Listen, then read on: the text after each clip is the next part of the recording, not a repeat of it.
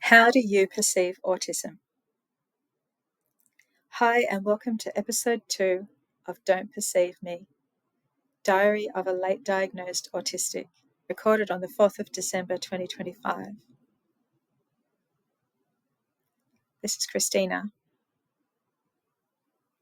Today I would like to speak a little to the non-autistic, neurotypical people in my life who are interested in understanding what is going on with me since I had this realization and discovery that I am autistic, that I am neurodivergent. This discovery and the processing of this discovery was with the help of my psychologist, and it was about 16 months ago from the time of this recording. I don't always have the specific energy required to be able to explain and translate myself to others. Most of the time, in fact, I don't. It takes me quite a lot of effort to be in this space, though I'm glad to be here right now. I often wish I made more sense to others, that I could interpret my behaviour to them more readily so they could understand me. I will attempt to make a start today on this, as I do have a little bit of energy for this task. I do love my neurotypical and non-autistic friends. I now realise that I spent so much energy through my life trying to look like I was neurotypical, right back to when I was a young child. I can recognise this now. And like many autistics, I was quite good at camouflaging and masking, meaning disguising my autistic traits and copying those around me. That therefore, some of these traits would have been hard to spot, so that I would blend in, as that was the intention, as I wanted and needed to be accepted and not rejected. Hindsight is great now, though it would have been helpful if I could have had understanding and support much earlier in my life. I think what can be confusing for people, it was confusing for me, is how come it seems to matter to me all of a sudden now? Have I just become a different person? What strange phenomenon is happening to me? Why do I now have this seeming new identity? Is it possible to be really autistic and for it to not necessarily be obvious to people around me? Why do I find it at times extremely hard to communicate with people who are not autistic or who don't understand autism? And yet, I used to communicate in these neurotypical ways much more freely in the past. So I have just asked a lot of questions, and I just think these questions are helpful questions to think about, and they're ones that I would like to explore in more depth in the future. I cannot do all of them justice today, but I do like asking questions sometimes. They're questions that I have and questions that I think perhaps others might have at times. I guess there has been, in my view, so much stigma around the word autism. I certainly acknowledge that I have had a certain wariness around the word, and it wasn't until I really looked into it properly that I began to understand it more and I guess be less afraid of it. There are many different viewpoints and perspectives that I have come across on this subject of autism. Some of these perspectives have been ones that I had myself in the past. I'm not wanting to say that any of these perspectives I mention are necessarily right or wrong. They're just perspectives. I'm just saying they exist and they have each impacted me in different ways, and they are out there in the world. So there are different people thinking different things about autism and what it is and what, if anything, we should do about it. How we should relate to autistic people and all that kind of thing. One perspective I had was that being autistic was something that primarily affected boys, and it had a component of being nonverbal and making unusual noises and body movements, and was challenging for parents and caregivers to manage. Another perspective was that autism was something that needed to be extricated or exorcised from a person through prayer, deliverance, and similar. That some alien presence must be inhabiting this child or this person with this thing called autism. Autism seemed to be something to be feared, something a bit mystical and hard to understand. Obviously, I am really grateful that things have recently shifted so much in this area in recent years.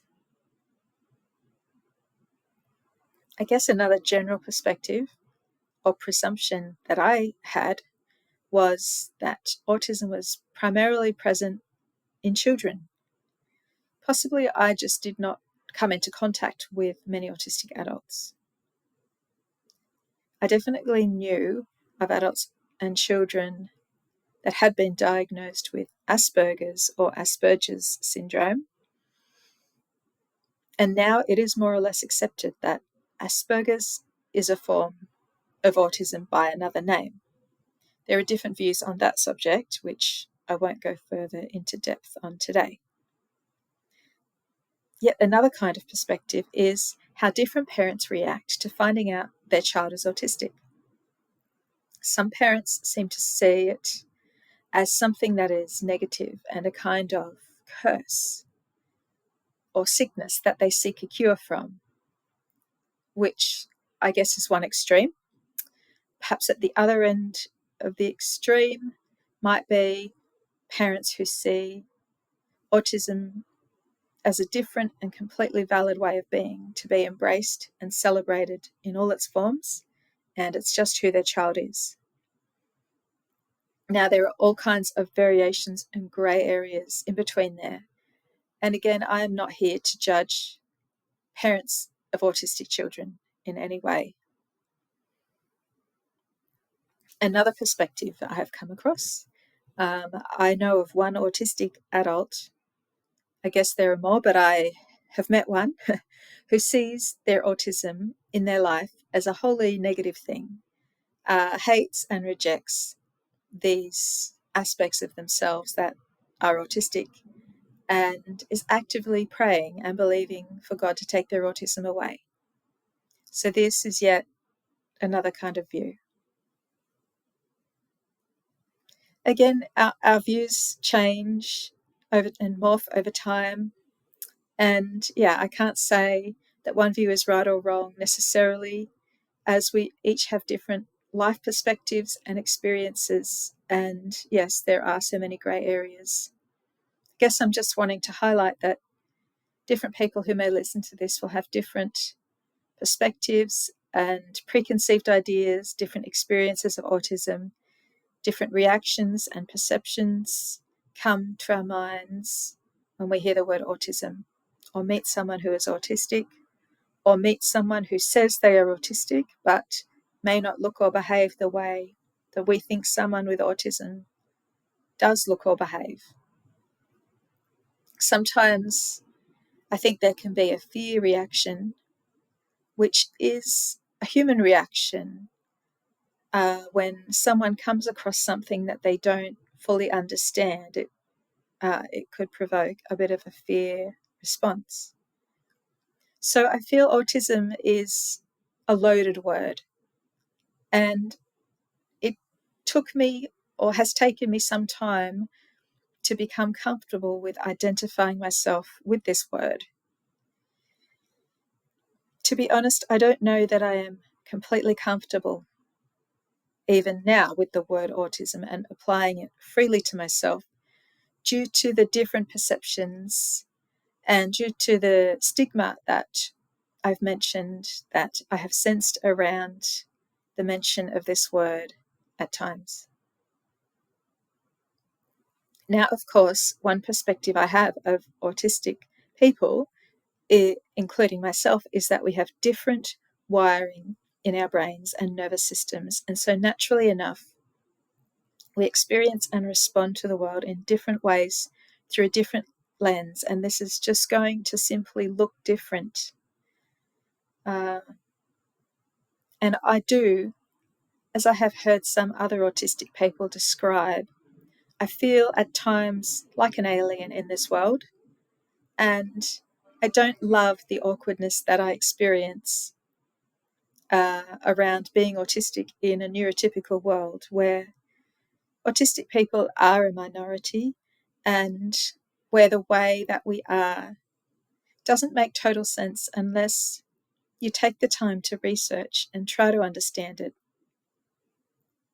It does feel to me somewhat like a different culture with different customs, where different behaviours have different meanings and interpretations, with a different language, where translation is necessary, a good translator.